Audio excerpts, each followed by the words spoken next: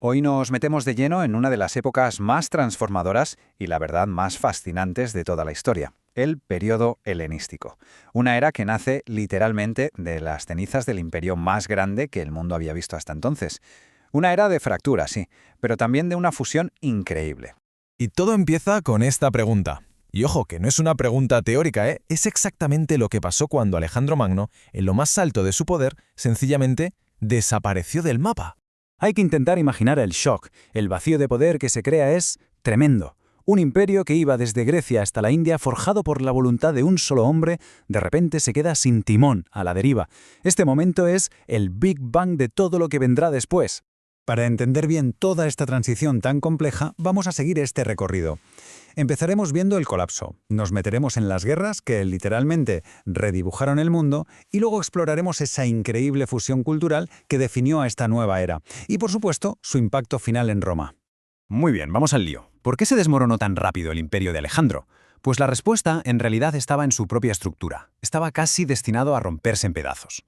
A ver, vamos a pararnos aquí, porque esto es crucial. Primero, el imperio era gigantesco, inabarcable y lleno de pueblos muy diferentes, imposible de gobernar sin una figura como Alejandro.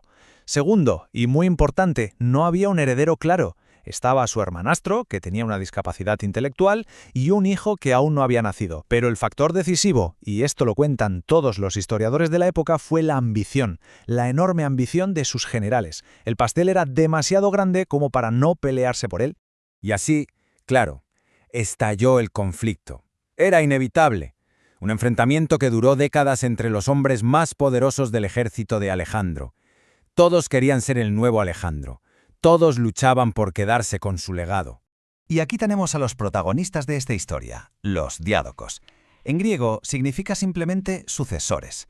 Nombres como Ptolomeo, Seleuco, Antígono, Casandro, Lisímaco no eran solo soldados, eran estrategas, eran administradores y por encima de todo eran hombres con una ambición sin límites. Lo que es muy interesante de esta cronología es que nos muestra cómo al principio intentaron evitar la guerra total. Hubo pactos, repartos de territorios, pero nada funcionó. La ambición era más fuerte. El punto de no retorno llega entre el 306 y el 305 a.C. Para entonces, el hijo de Alejandro ya ha sido asesinado, así que abandonan cualquier disimulo y se coronan a sí mismos como reyes. El imperio oficialmente ha muerto. Bueno, y después de décadas de guerra, ¿qué nos encontramos? Pues vamos a ver el resultado. El mapa político del mundo conocido fue completamente redibujado. Nace una nueva configuración de poder. Y esta imagen lo ilustra a la perfección. Fijaos en el mapa. Donde antes había un solo color, ahora hay un mosaico. Vemos el Egipto de Ptolomeo, el enorme imperio asiático de Seleuco, la Macedonia de los Antigónidas. El mundo se ha roto en esferas de influencia. Aquí tenemos a los tres grandes jugadores, las tres dinastías que dominaron el cotarro. La ptolemaica en Egipto, que aguantaría hasta la famosa Cleopatra. La seleucida, que controlaba el antiguo corazón del imperio persa. Y la antigónida, que se quedó con la patria de Alejandro, Macedonia. Estas tres familias gobernarían durante siglos. Pero ojo, ¿por qué la historia del helenismo no es solo una de fractura política y de guerras? Quizás lo más importante, lo más revolucionario, es la increíble fusión cultural que se produjo. De todo ese caos nació un mundo nuevo. A ver, el término helenismo a veces se malinterpreta. No fue una simple grecianización de Oriente, como si los griegos llegaran e impusieran lo suyo. No, fue un proceso de ida y vuelta. La cultura griega se expandió, claro, pero también absorbió y se transformó al entrar en contacto con las civilizaciones milenarias de Egipto o de Persia.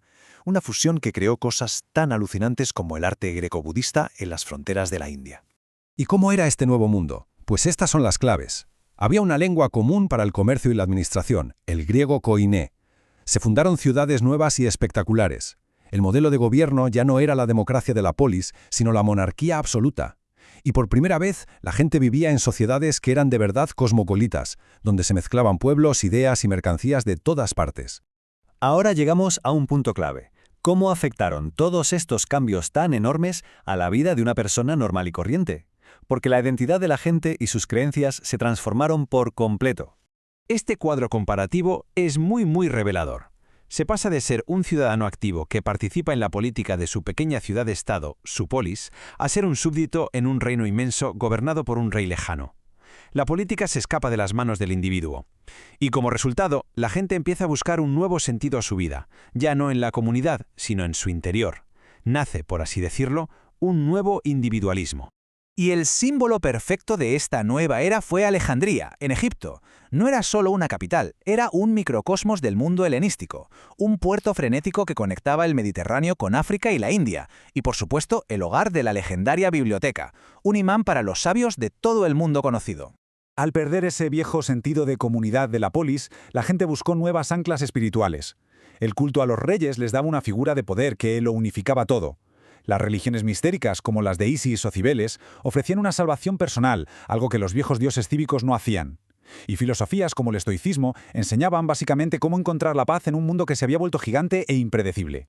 Y finalmente, llegamos a la gran pregunta: ¿qué fue de todo esto? Pues los reinos helenísticos acabaron siendo conquistados, uno a uno, por una nueva superpotencia, Roma. Pero su influencia fue total.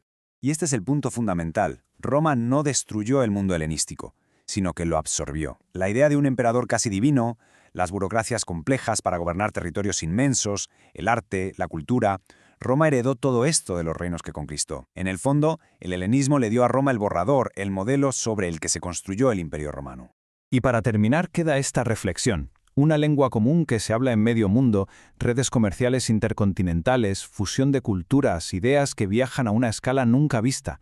Cuando se analiza este periodo, es inevitable preguntarse si este mundo, que nació del caos, no fue en realidad el primer gran experimento de globalización de la historia.